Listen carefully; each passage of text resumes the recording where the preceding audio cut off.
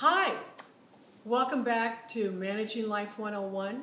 I'm Susan. I'm Jim. Yeah, we're here with the Birminghams and we are so excited you've tuned in. We are going to be wrapping up the little series we've been doing on communication today. And it has been, there's really 8 keys to effective communication and how to turn an ally, make an ally out of an adversary, turn an adversary into an ally, and how to stop staying stuck in a situation and start solving what it is, you know? So we want to do a recap of what the first 7 keys are, because the 8th key is about making it your own. You're going to take all these together and make it your own way of communicating. All right, so communication is more than just words. True. It is also your body language. It is your noises you make when you communicate, your eyes, how they roll, how they don't. That is all wrapped up in communication. So the number 1, the first key is self-responsibility. And to be self-responsible, what does that really mean? Being self-responsible. You create, promote, or allow 99% of what is going on in your life. That's big. Talk to me more about that. Well, I'll go back to the prison days. Okay. And there were so many guys that I spoke with because I was awaiting trial longer than anybody else. And guys would say, can you help me? Because I was also like the equivalent of what you would call a dorm boss. So I would educate newcomers. Every few days I'd have a talk with everybody new on how to get along and make their stay there as painless as possible. Anyway, and I would say, quite often they would say to me, well, you know, they convicted me on something I didn't do. And I would always say, there were 100 things you did do that they don't know about or that they didn't even charge you with. And so, you know, they convicted me on what I didn't do. So what? You know, you did 100 other things. Most guys, before they got caught and convicted on a break-in, broke into countless places. You know, most drug dealers did hundreds, thousands of drug deals before they were arrested and then convicted, including me. And so, no, you know, take responsibility. That's self-responsibility. Sure, Telling yourself the truth. Yeah. You know, not trying to gloss over or make light of or deflect.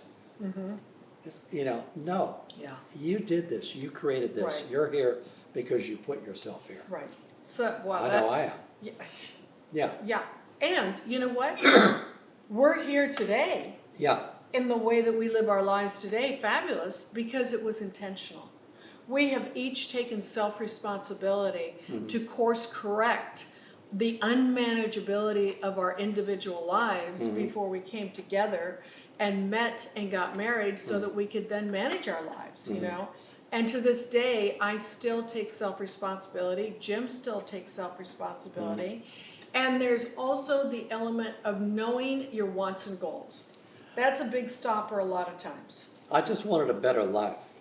So that was a good goal. For me, I broke it down into like basic things that I'm going to do every day, which will guarantee me over time a better life. Yeah. Don't drink and use, go to meetings, prayer, work out, eat right, stay away from the bad people. And that was easy to do because I went to meetings all the time. So my circle of friends were recovery people. Yes. I stick to those basics, my life's going to get better. Yeah. 100%. And you know, whether you've been in prison or not been in prison, there are your basics that are going to work for you in your life. Yeah. Knowing your wants and goals, I too wanted a great life, and I wanted a great relationship in life. So I had to discover how to do that. And one of the things, you know, the great tool that was gifted to me was when I took this communication workshop 35 years ago. I know. And really learned What a about godsend. these things were. So self-responsibility, know your wants and goals within that.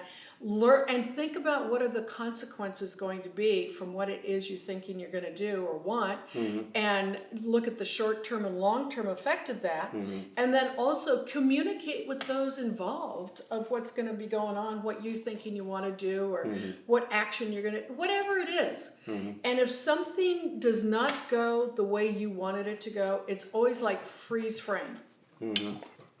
What part am I playing in this? Oh, yeah. What part am I playing? Then you can backtrack and take a look at what part did I play? Where was my self-responsibility in this? So, self-responsibility, number one. The second key to effective communication is there is a scope of feelings.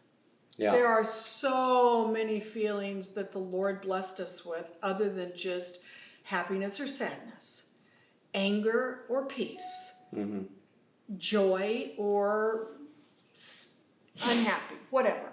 There are just so many other terms and words that are used to describe these feelings. And the thing that's great about getting to know these different scope of feelings is that they have varying intensities, from very low to moderate to intense feelings. And there's a lot of different words that describe some real, about 4 or 5 basic feelings. Feelings are facts. What they are is they're an indicator of what's going on with you. And that it's important to not discount your feelings or someone else's feelings. And to have an open mind as to, wow, there are all these feelings going on. What am I going to do about that? Right? So what's next is you've been exposed to these feelings. Now, key 3 is the sequence in which feelings happen. Because there is a sequence. You can feel really angry, like, oh, I'm so angry about this. The reality is that is a secondary feeling. The primary feeling may be hurt or fear or both. But secondary feelings are so strong that they overshadow in an instant what a primary feeling is. So getting in touch and learning what the sequence of feelings are is a really important key. The other day I was in the office, I was looking for something, and I knew she knew where it was. I didn't.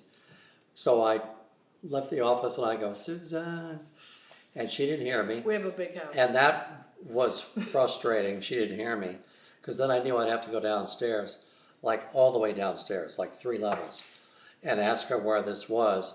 And she told, and I'm getting more frustrated with each flight upstairs. Which I didn't know. And I could have let that escalate into anger, and she has no idea Right. what I'm looking for, that I'm angry, and I was just frustrated. But I've learned over the years, hey, get a grip on yourself. Go down the stairs, self-responsibility. Yeah. Ask her where this is, and go back and get it. Yeah. I did. I went back up 3 flights, looked for it where she said it was. It wasn't there. Susan! Yeah. Susan, baby! Can't hear me? Go back down 3 flights of stairs. You know, and at this point, I'm really exercising self-responsibility in kind of like just, no. She thought it was there. Yeah. And in many cases, it is there. Yeah. I'm just not seeing it. Yeah. So she told me again where it was in detail. Yeah. And then I went back up, and I have definite attitude, but I'm controlling it because none of this is her fault. And when your anger is in you, you want to direct that anger at someone other than yourself. You know what I mean? But no, I'm not going to do that. Yeah. She was doing the best she could with what info she had and what she was telling me. And I went back up and I found it, and it never escalated beyond what was happening inside of me. Yeah. That's the only place that this transpired, was inside of me. And that's self-control. That's managing your emotions. Yes. Oof, so good. That is, I just have to laugh when you said that, because Yeah. I remember specifically. And what is so funny is I, of course, am having my own feelings, because by the time I hear, babe, there is a little shift in the tone in which I'm hearing it. So I'm realizing there's something going on. Well, after the second time, I just stood like wherever was closest. So I wouldn't have to do the steps anymore. Yeah. And you know what? We got it resolved. I felt it. I didn't escalate anything also by like getting into his face about like, It's not my fault. No, yeah. Yeah. We didn't have to go anywhere about No, that. we never went there. Because the scope of feelings that we both were experiencing, we realized there was a sequence to this. Yeah. It was a frustration. It was merely a frustration on both our parts, because he was frustrated he couldn't find it. I was frustrated because I knew where it was and he couldn't find it. But it was, Well, plus it like was all good. 5 minutes after the fact, Yeah. it doesn't matter. It doesn't matter. None of it matters. No. So, but what does matter is that we never let it escalate. No, don't let it escalate. It doesn't need to. So the sequence of feelings is really important. good. It's really important. Important. And you mentioned anger, which is really great, because that's the fourth key. Is you start to recognize when you're getting angry, how to deal with anger. Yeah. Dealing with anger, all right? And dealing with anger was not natural for me before I learned how to do all this, because I just would get angry. And I grew up in a very angry home. My father had a lot of unresolved anger that manifested itself in a lot of yelling and screaming, which scared me. From a little child growing up, I was very scared. So then I was very afraid of asking questions or really expressing anything, because I didn't know what how the other person was going to respond. So I didn't want to be yelled at and feel the wrath of someone's anger. Yeah. And to avoid that, my defense mechanism became people pleasing. And I call it chameleon-like behavior, because if I could be who I thought you wanted me to be, I could help avoid any type of anger directed at me. It was just so Yeah. It's just, anyhow, it's not a good way to live your life. The anger is like a little demon Yeah. that you have to smack down. And because until you start recognizing it and managing it, you get angry, and then you want to call somebody and tell them how angry you are at this person. Right. And all that does is feed the little demon. Right. And you want them to agree with you and be mad too. So you've just made their day. Right. You know what I mean? You just injected your anger to them. And no, that's no way to live. No, it's not. At all. And it's just two questions that you ask yourself. Start recognizing when you're becoming angry, and there are indications that happen. You can start feeling your heart, pounding more. You can start feeling your, jaw maybe tightening up. You can start feeling the little hairs on the back of your neck going up. There's a myriad of situations and little clues that let you know that, something bad's about to happen inside of me. Ask yourself two questions. Just take the millisecond if you start to recognize a sign. Say, who's hurt me and what am I afraid of? Those are lifesavers. And it can even be, I found myself starting to feel angry when we were out to lunch the other day. Because you know what? I was really hungry. Oh, yeah. I was, hangry. Where's my food? Hangry. Yeah. And what it was is What was I afraid of? I was afraid that we were being ignored. Mm-hmm. I was afraid that I wasn't going to get my food. Mm-hmm. It wasn't going to go my way. Mm-hmm. And that can start to cause me to get angry. Mm-hmm. So I just, I think I mentioned to you, like, wow, I'm feeling a little frustrated that we're not getting our service Yeah. here. But I did not take it out on when finally our server showed up, Mm-hmm. who was absolutely wonderful, Mm-hmm. fine, happy, pleasant, gave us our food, but that was going on inside of me. Mm-hmm. So I knew, like, who am I angry at? What am I afraid of, and who's hurt my feelings? Well, the hurt was that I didn't feel I was being paid attention to. Mm-hmm. And, what am I afraid of? I'm not going to get my food. Yeah. They weren't operating things. on our timetable. Right. That's another thing that can really drive you crazy. When you have a timetable and people do not operate on what your timetable is, Yeah. it can be a trigger. Trigger. Yeah. Okay. So, self-responsibility, scope of feelings, recognizing the sequence of feelings, Mm-hmm. and dealing with anger lead us to key number 5, Mm-hmm. fabulous key called I language. Mm-hmm. Capital letter I, not E-Y-E. Yeah. Like, I'm really enjoying this conversation we're having. Yeah, I am too. Yeah, yeah. And I feel unhappy and I feel disappointed when I don't hear from somebody that says they're going to call me. Mm-hmm. It's like that, rather than starting every sentence with you did this or you did that. Mm-hmm. What happens when you do not, do you notice how I said you? I hope you didn't feel offended. Mm-hmm. But when someone does not start with how I feel, how I'm feeling, and pointing the finger at me, then I become immediately defensive. Mm-hmm. And all that does is shut down any type of open dialogue that could take place. Mm-hmm. So I language, do not start your sentences with you. Avoid generalizations, like you always seem to yell when you're not getting your way. I mean, what do you think the person's going to feel when they respond, when you say something like that? Like, oh, no, I don't. I mean, immediate defensiveness. Yeah, not every time. Not every time. Mm-hmm. So it's so good. Do not start your sentences with you, and point a finger especially. But also ask questions. What, when, how, where. Mm-hmm. Those are really good questions to ask. Like, if you tell me that you feel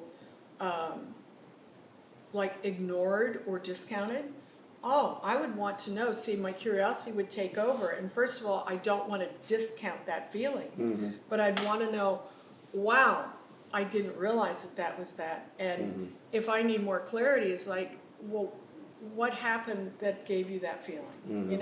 So then you can have a dialogue with somebody. Yeah. So anyhow, you don't want to ask why questions. No, it puts people on the defense immediately. Yeah. Why did you run into that fire hydrant? Yeah.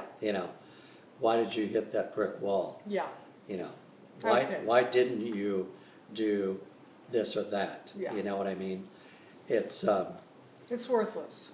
Yeah, Basically, why. It just causes problems, which excuse me, leads us into defensiveness, because we've got to finish up. I want to recap everything. So defensiveness is those questions, and defensiveness immediately, what it does is, in your mind, you're thinking you're right and they're wrong.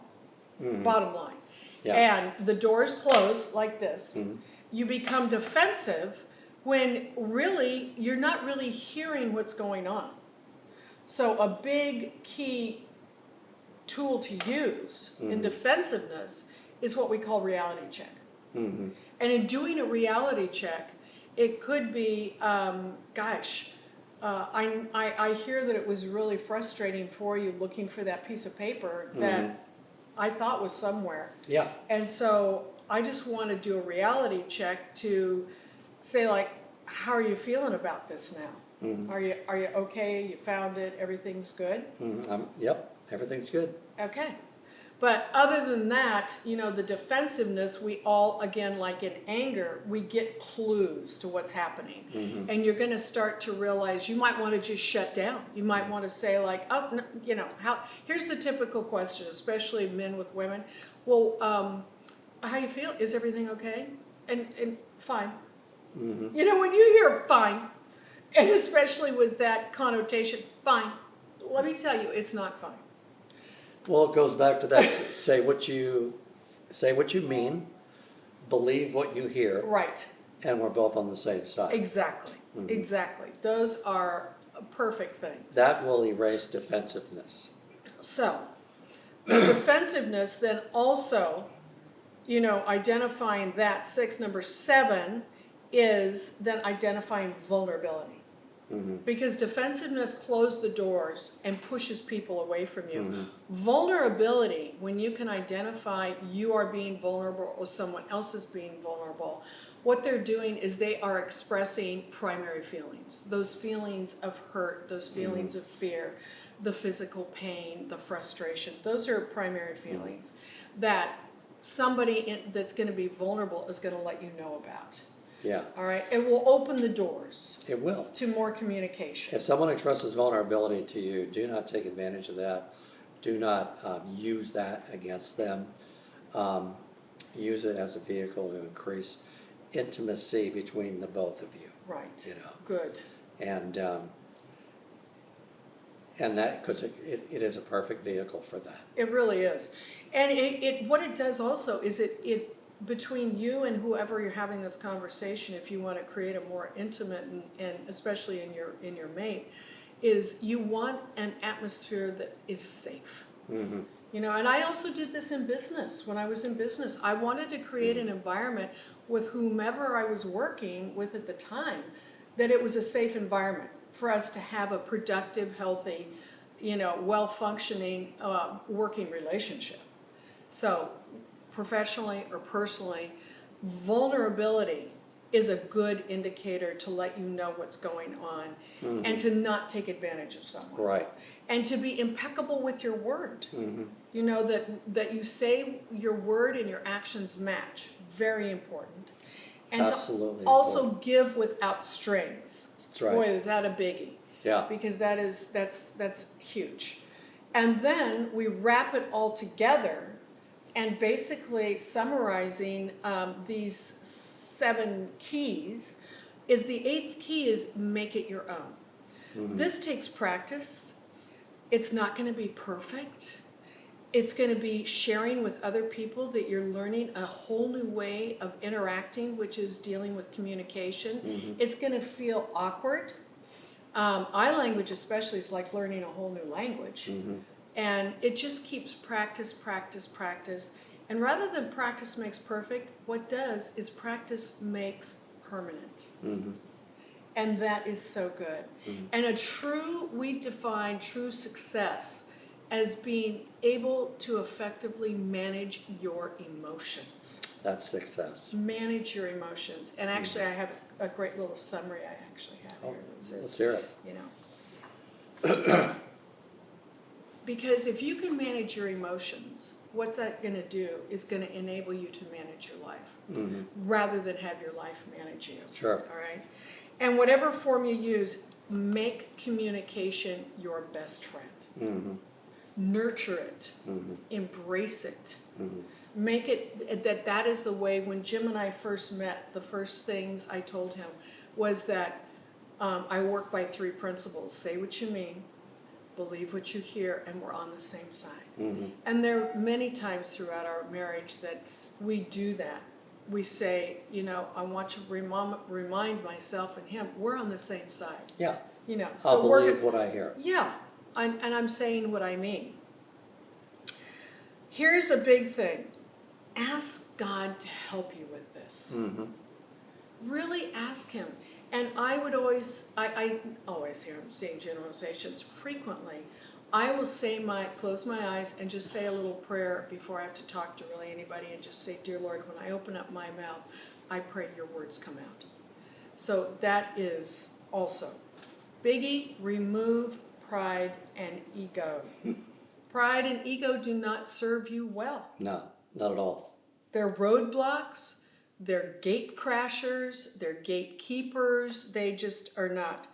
Replace them with patience, tolerance, love, Confidence. acceptance, confidence, Yeah, all of these things. And you know, I've got a great verse that I love, which is Proverbs 18:21.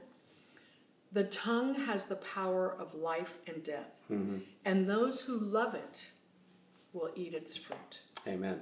So it's very powerful what comes out of our mouths. Yes, it is. We really hope that you all have gotten something out of this about our little series, mini-series on communication. Effective communication, how to turn adversaries into allies.